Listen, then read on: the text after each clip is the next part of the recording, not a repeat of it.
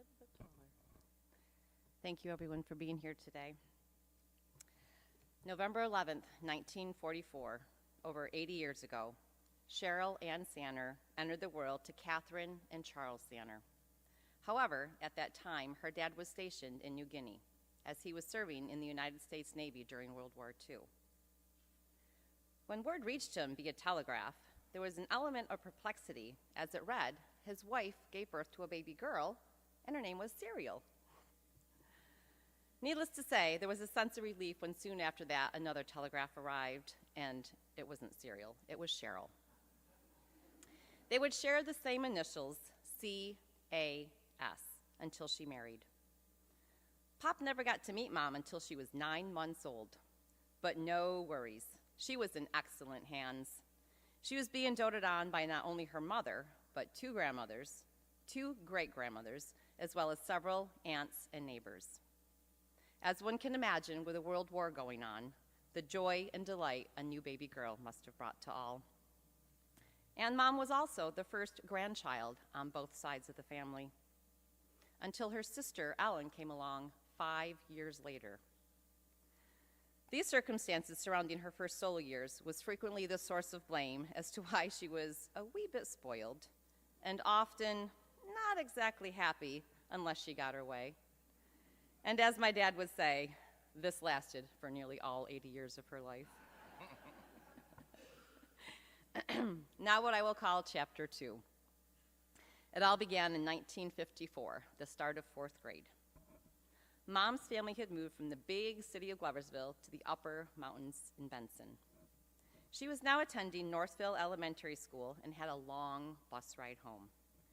Just so happened to be that Frank Eddy had that same long bus ride home, as he too resided in the upper Benson Mountains. Dad said when he noticed Mom on the bus for the first time, it was love at first sight, at least for him. They would attend the 7th grade formal together, and after that, they would exchange glances in the hallways and some small talk here and there. Eventually, there were secret trips to the drive-in movies, as Dad's family did not permit such entertainment. They got away with these types of dates until they inadvertently left their movie tickets in Dad's family car, and yep, you guessed it. Grandpa Eddie found those tickets. So, the next best thing would be their secret trips to the sandbanks. These were just down a dirt road, not too far from Cheryl's home. Dad knew them well, as he had been there many times as a young boy, helping his grandfather with the town road department. He said it was a very easy place to disappear with all the mounds of sand. Then college came. Mom headed off to Plattsburgh, and Dad Oswego State. Not exactly close in proximity of one another. Mom ended up getting engaged to another lad, but luckily for Frank, the engagement was short-lived. Mom loved to share the story how she took the engagement ring and threw it down the street at the guy. Dad caught wind of this and wasted no time, and fortunately, it didn't take too long to win her back over, and they were wed on July 24th, 1965. They resided in Oswego as Dad completed his senior year at Oswego. Mom worked at the local IGA until Tammy came along. From that point on, motherhood and family would become the center of her world. They soon moved to Pulaski, and 2 years later, I was born. 9 months after that, they purchased their first home on Box Street. That would become their home for the next 49 years. And boy, if those walls could talk. The joys of raising 2 girls and welcoming many holiday family gatherings, and of course, grandkids too. Mom loved having girls and dressing us up. She herself was clearly one for fashion, right down to the accessories. When Tammy and I were very young, especially for church and holidays, our outfits were also fully put together. From our beautiful dresses with matching shoes, little purses, the perfect hair barrettes, we too were little fashionistas. It is actually quite impressive how she did this all on a budget and no TJ Maxx, one of her favorite stores. Mom took tremendous pride in all of this. There was one particular year that Grandma and Grandpa Eddie watched Tammy and me for a weekend. Mom took extra care in picking out the perfect church outfits for us girls to wear, as we would be attending the Northville church where Mom and Dad were wed. Well, as Tam and I were getting ready, we thought, ooh, how fun it would be if we switched outfits. Well, needless to say, when Mom caught word of this, she was not at all pleased with us girls, or I think Grandma and Grandpa Eddie. However, I guess when Tammy and I, we look back at those pictures, we often were like, what were we thinking? It wasn't really smart. But as we got older, Mom didn't have quite as much say in what we wore, but she made sure we were still well dressed. Oh, the countless trips up and down Route 81, shopping the malls from open to close. I dare say shopping was one of her favorite hobbies. Another was baking. Growing up, we could count on at least one, if not two choices of homemade cookies and cakes. Even on our family vacations and multiple camping trips, we would never be without Mom's fresh baked goodies. Christmas time, our kitchen turned into a mini bakery. Dozens, along with several varieties of cookies and bars, were made. And I would be right there at Mom's side helping her, learning some of the tips and tricks along the way. I am blessed to have had those special times with my mom, as I too carry on that same love of baking. I'd like to say also I have spent hours baking with my girls in the kitchen, and I feel that they too enjoy that hobby that their grandmother also so enjoyed. Mom always prepared wholesome cooked meals, kept a meticulous house, was the queen of laundry, I think we all know that, and loved decorating for the seasons, especially Christmas. I feel she instilled these traits in me as I try to do all of those things as well. But more importantly, the most significant gift that she taught both Tammy and me is the invaluable gift one can give of themselves to others. Mom often gave of herself, unselfishly, with kindness and compassion. It may have been a meal or meals or baked goods, help in their home, or just offer her love and support and an ear to listen. Mom enjoyed doing Christmases for underprivileged families, donating food and financial assistance for someone who was struggling, and would happily lend a hand at events people were hosting. Not always an easy thing to do when raising your own family, but she did it with such grace and beauty. Fast forward to spring of 2004. I was pregnant with my twins. It became a high-risk pregnancy. Without hesitation, Mom and Dad moved in with us to help out with Taylor and Caroline. She's sleeping. They also assisted with the daily household duties. When the twins were born, Emma Grace and Hope Grace, Mom's responsibilities would become even greater. As many of you know, Hope was born with a very serious heart condition. It required her to stay in the NICU for 2 weeks, while Emma got to go home.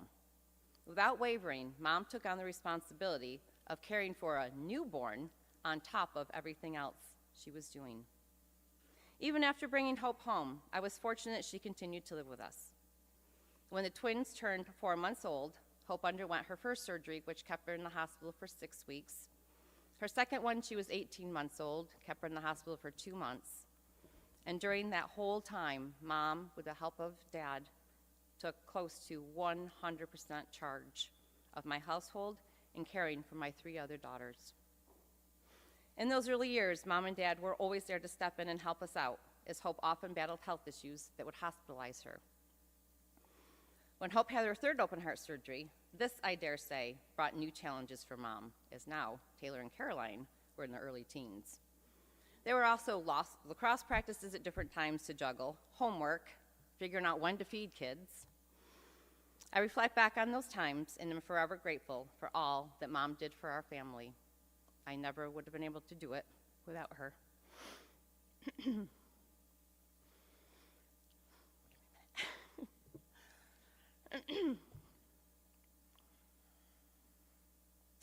That is what made it so easy to help Mom as she battled the dementia and as it progressed.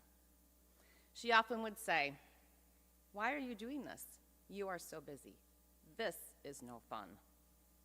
I would remind her of the gifts she gave me, helping out so much with my family during those uncharted times.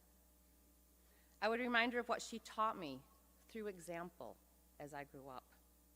I would share her stories of all of her acts of kindness. It was easy. However, I will not say that it was painless. It was often challenging, unsettling, wearisome. As Mom continued to decline, Dad had full responsibility of the house, as well as being a full-time caregiver. I lent a hand as much as possible. Dad and I worked pretty well as a team. Tammy was helpful from Pulaski, helping sort out some of the medical pieces, as well as providing support when and where she could. Dad's unwavering love and devotion and strong wish to keep her in their home without outside help is a strong testament of true love. He said to me one day, "I can care for her. I want to care for her. I will continue to care for her here at home as long as I am able." During those last couple months, it was becoming exhausting on both the physical as well as the emotional level, but I wouldn't change a thing. In a way, it was like her last few days had been scripted. Tammy was in town for a planned visit. The three of us were caring for her. Dad, Tammy, and I created a very calm, peaceful, and loving environment in Mom's bedroom. Over the course of that weekend, we noticed things like 4 deer in the yard, 4 beautiful male cardinals against the bright white snow on the trees. And when Mom was resting comfortably on that January morning, the 4 of us all together, Mom went home. A place she had been longing to go. She had been voicing several times prior to that day that she was ready. And at last, she was at peace. And now it brings great peace to all of us that indeed she is home. In closing, I want to share with you, on that Sunday before Mom entered God's kingdom, she was asking me, "Will there be a bed for me? Will there be flowers?" And of course she asked, "What color dress should I wear?" Thank you, Mom, for making me smile.